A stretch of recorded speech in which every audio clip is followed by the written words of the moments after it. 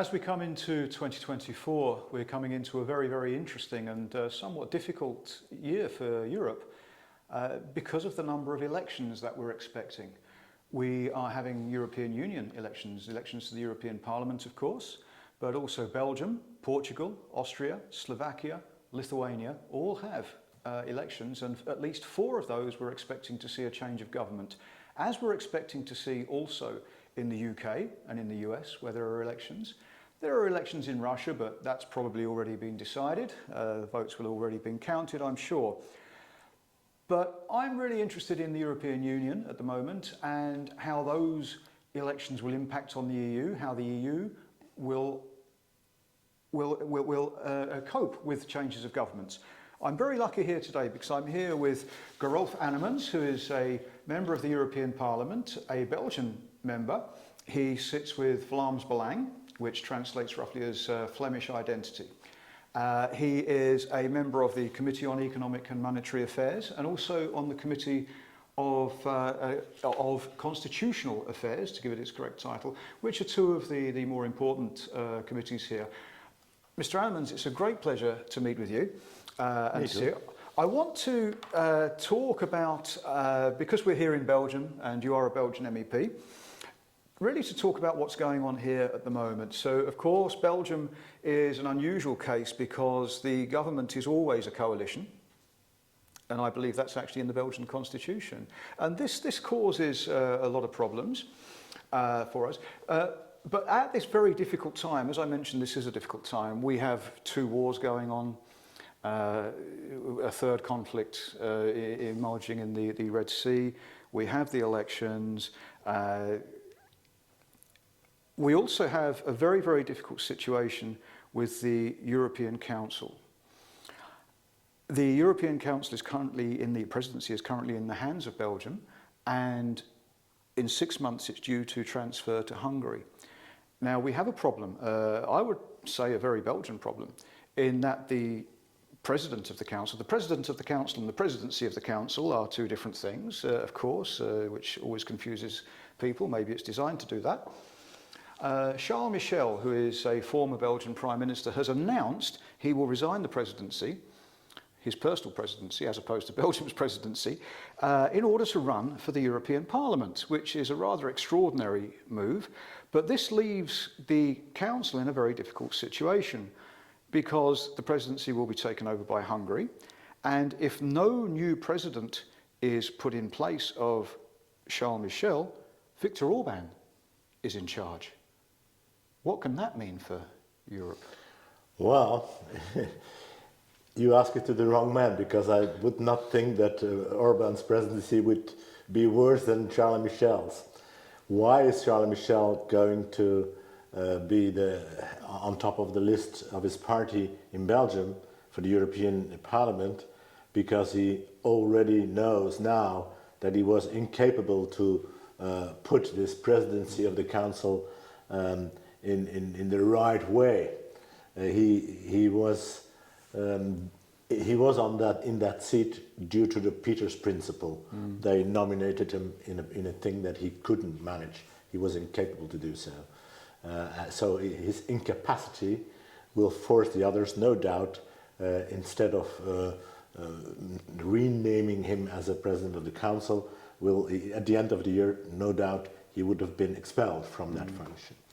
And so he prefers the more or less secure seat in the European Parliament. His own career, his own interest is more important than the position of the president of the council anyhow. Now, that being said, you can already see that I'm not a supporter of Charles Michel in no way. That is because I know him, I knew him as the Prime Minister of Belgium, because Belgium is not only a strange country because of coalition governments, as you mentioned, but also because these coalitions are constitutionally obliged to have as many French-speaking members as Flemish-speaking members. Although Flanders is the majority of the population, Flanders has the majority of export activity, the majority of taxes. Flanders should be more powerful than it is now. So Charles Michel was a French-speaking liberal who was put there because the necessity of the Belgian equilibriums, the balances, put him there already then due to the Peter's principle. He just one position too high. So I'm not a supporter, and I don't think that Orban, who is representing a country that is in opposition to the federalist centralizing project from the European Union that we see now in place. I think that one who opposes that with an absolute majority because he served his people in the first place and his country in the first place, I don't think it's a disaster. At least on that point, I'm not joining the critics of Charles Michel. Charles Michel, we got rid of them, it's a good case, and Orban coming in is not a disaster. I was watching your presentation in the Parliament, and I love what really caught my attention. I like it when somebody's outspoken and says what they think, because that's a rare thing in politics, as we know, where you said, and I'm quoting directly here, "I've not come here today to apologise for the behaviour of today's absentee, Charles Michel, who brings shame not only to Belgium but also to the European institutions themselves. Someone else will have to do that." What will he be remembered for when he's gone? Apart from jumping ship before the end of his term. His clumsy handling in every sense of the word. I'm not in direct confrontation with him, but I'm sure that even in the federalist circles here above, in this where the majority is seated in high building, in high offices, that even there is no supporter of Charles Michel. He was, in every sense of the word, he was not even able to serve the federalists, although he was a blind federalist, no doubt. But he was not just talented enough to do it in a proper way. He was not even able to serve the federalists. And of course he was not able to serve me or the alternative. So he was serving no one. And everyone still remembers the way he clumsily took a seat that Erdogan presented to him, and then von der Leyen, there was no seat for von der Leyen, the woman in the place. Of course, I'm not a supporter of this idea that the president of the European Union is the president of the Council, or not even that the president of the Commission is the president of the European Union. This theater between the Commission and the Council is clearly not my model for European cooperation.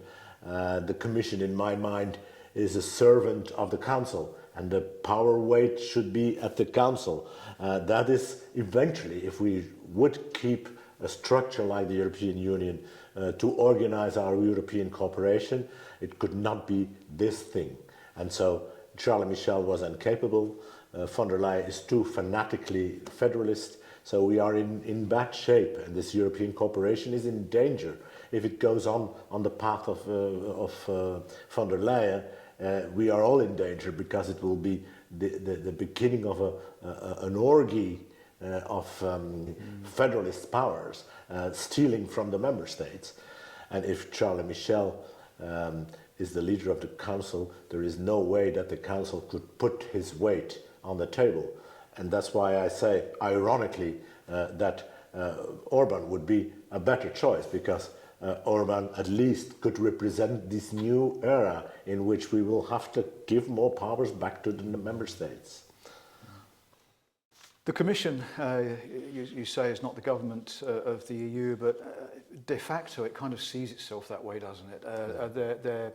You're absolutely right. The Commission should take its instructions from the Council, then pass them down to the Parliament.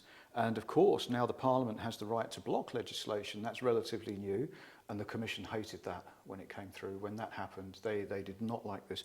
They do see themselves as the government of the EU, don't they? Present themselves. There have been voted reports in the previous term already, before this so-called convention, where they confirmed all these ideas. Reports that say the Commission is the government, the Council should be abolished, They don't see a role for the council, and the parliament is the people.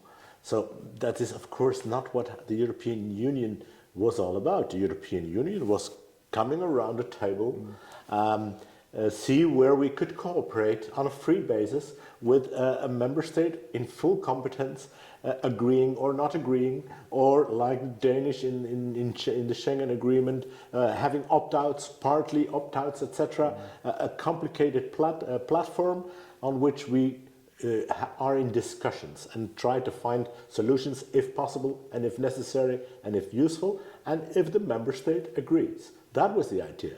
And so the council should have its weight as the representative of the member states. And now they try to make it a second chamber of the parliament, the council. That is the future of the federalist extremists like Verhofstadt and Mercedes.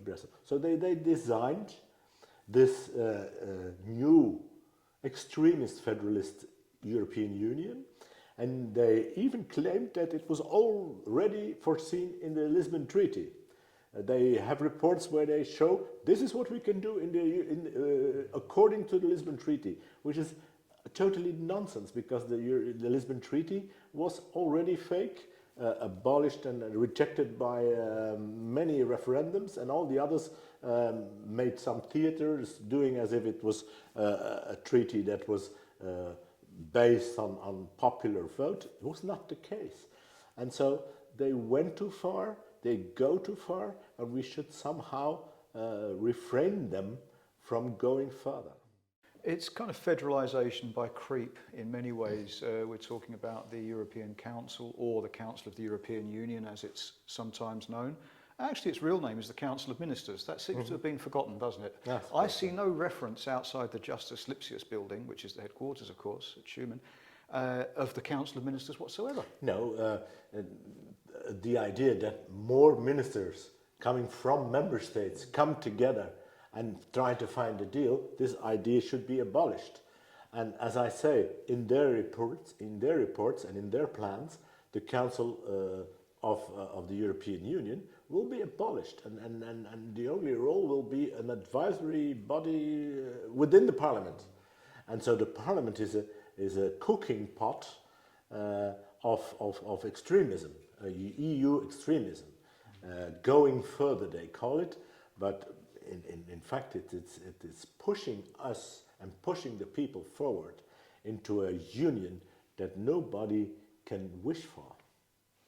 It's certainly gone way beyond the original European Economic, or was it the Steel and Coal Community, which was then 6 nations, and it's become something altogether different. Vladimir Bukovsky. I wrote a book in 2019 to present my views on all this, and the book was called in Dutch. I had plans to translate it in English perhaps later. It was called The Kidnapping of Europe.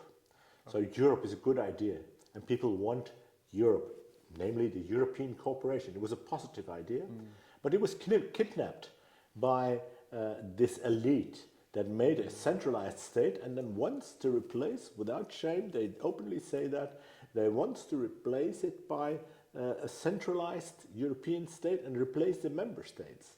The British and the referendum, the Brexit referendum, showed that they were escaping it, and they were fully right to do so, because perhaps my dream that we could within the system change it and redesign this cooperation into a free cooperation of member states, perhaps it will be, or it will show up to be impossible, because the powers that are doing this on a daily basis are quite strong. So what I try to sell to my Flemish voters is, yes, we can do this.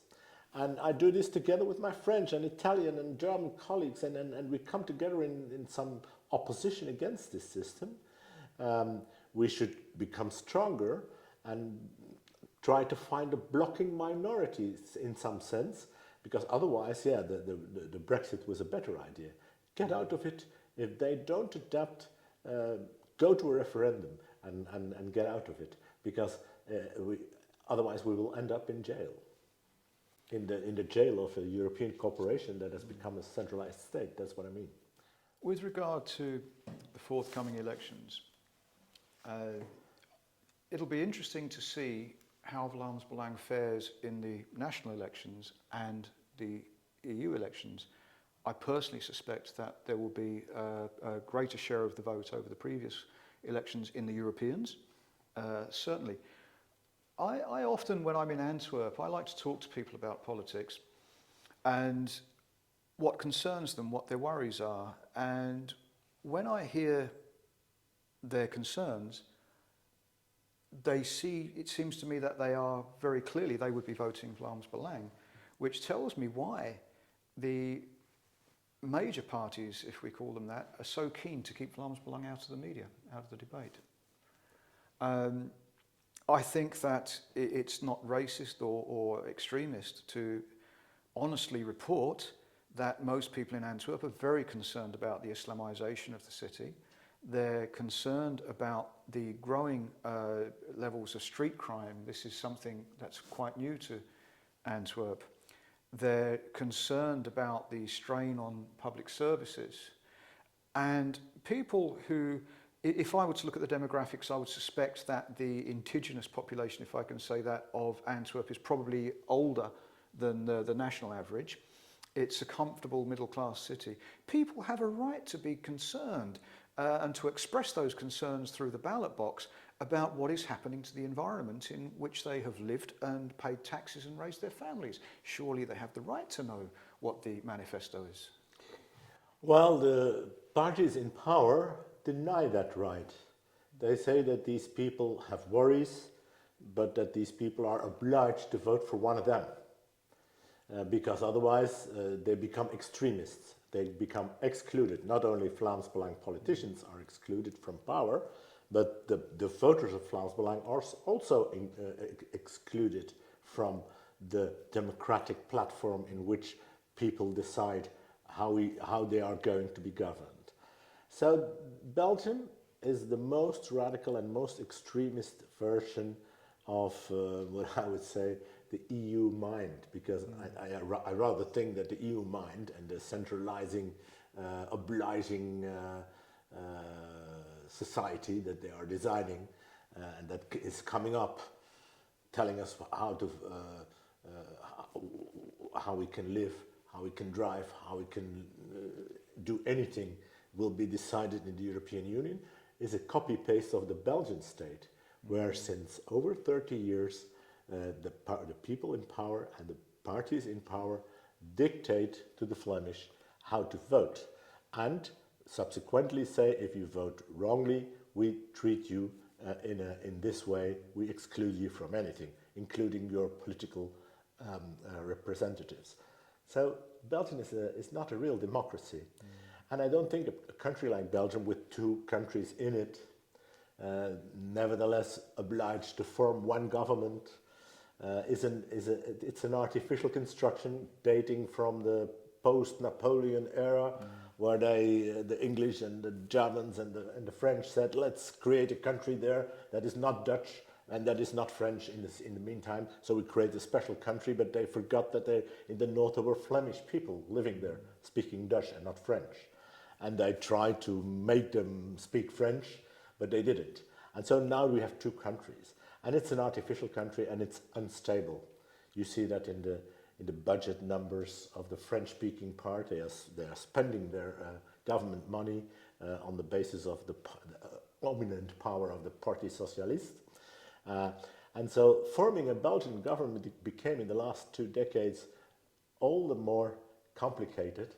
And so they decided to have all elections together on the day of the European elections to stabilize, because otherwise you had regional elections that disturbed somehow the federal level, etc. All levels, all together, one vote on the day of the European elections. So they gave, instead of 4 years, they gave themselves a present, all 5 years, an election like for European Parliament. And so we will have a decision on this 9th of June, not only on the European view, where we as Vlaams Belang will say, be prudent about this European Union centralized state, but where for all the other elections we present to the Flemish a real change, a It has been tried by Verhofstadt when he was a young man, but he became a man of the regime.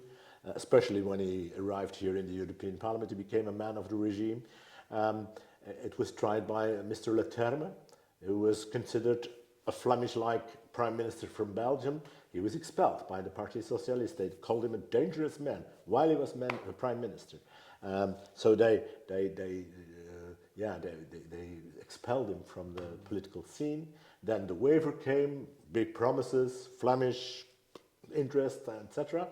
And in the end, none of them three decided to do what is needed to give this Flemish either independence or Flemish autonomy within this Belgian state. They were incapable to do so because of the powers that be.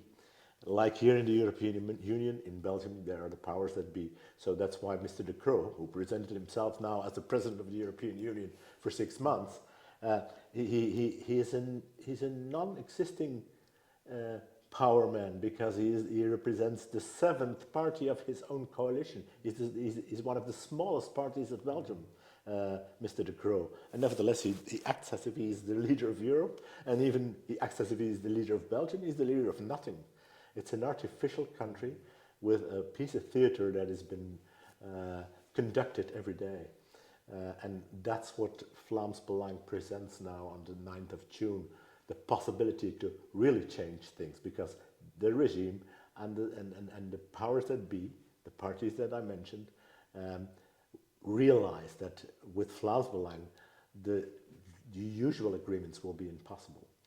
Not because we are chaotic or revolutionaries or madmen, but because we are saying openly that we will not play the game according to what the Belgian regime wants us to do. So the changes in Belgium are also inevitable because of the numbers. Belgium is, together with Slovakia, one of the worst budgetary countries of the European Union. Yes. So now Belgium is presiding the European Council, is president of the European Union for 6 months, and it is not even able to come up with its own budgetary numbers that can be accepted. The situation is unacceptable. And so every other party, including the parties in power, they are speaking about Vlaams Belang every day. Now, there is not any situation that could be more profitable for a political party than to go into an electoral campaign where everybody speaks about you. And so that's the hope that we create for the Flemish who are in majority in Belgium, that they now can count on a party that will really change things. I want to just finish off with one little question. If you were to look ahead beyond the elections, beyond the European elections, we think that it's going to be a different looking parliament. We think that there will be a move towards the right. The Greens, I always argue that the Greens have had their day. They did their job. Every political party now has environmental issues on their manifesto. So the Greens have done their job. Do we still need the Greens? I think we may see, and they're often a protest vote as well. I don't think that the Greens have as much a greater future as they've had as a past. We will see a move to the right. So what are the problems that the new Parliament will have to deal with? If you were to say maybe 3 of the greatest opportunities, the biggest opportunities, and 3 of the biggest threats, what would you say they might be? Well, we've had here a power division between socialists and EPP for many decades in the European Union. Then after the election of Macron, the former Liberal Party group in the Parliament, ALDE, was now called Renew, came in, and they created, in some sense, an extra margin for this old majority that was not a majority anymore. So they found their deals, and because it are the Liberal group in the Parliament is quite left-wing, this green agenda that as you say, all parties took in their manifestos, this green agenda was pushed through, and that's why in many cases the Greens came to even make more comfortable this majority that was not a majority anymore. So we have now a left-wing green majority that not only takes in some points of political programs and manifestos, but has really imposed to the European citizens a green dictatorship of behavior. We are oppressed by what is coming up from the Green Deal, from the climate ideology, etc. Our way of living, our European way of living, has been impacted directly and will be impacted not only by abolishing fuel cars, etc., but being obliged to rebuild your house. In the banking world, if you hear these people, we don't know how we are going to subsidize all that according to the Green Deal that the European Union decided. So we have a majority of madmen, and that is the danger of the next European election, that this majority could be reinstalled after the 9th of June. And if you want me to call three things, yeah, I mentioned them. The green agenda, the Green Deal, the climate ideology, the obligational society with the digital passports, everything that is putting Europe in place of the mindset of a Chinese model control society. And that is what that the Europeans will have to decide on the 9th of June. Are we going to give this von der Leyen majority a new chance or an extended chance? Or are we going to block this? And are we going to change this? And are we going to impose on the right wing, especially then the EPP, to calm down and to either find another majority or impose to this majority another behavior? We cannot go on in the von der Leyen direction, and so it would be a mistake to give them the opportunity to come back. And so the Greens, I think, and I hope sincerely, that they will be punished for what they imposed on this majority, namely their fanatic green agenda. And I hope that some calm down and some statesmanship comes back into this European Union to come to make it go back to the initial idea. We are going to have a European cooperation, yes, of course, until Maastricht, economic cooperation, etc. Okay.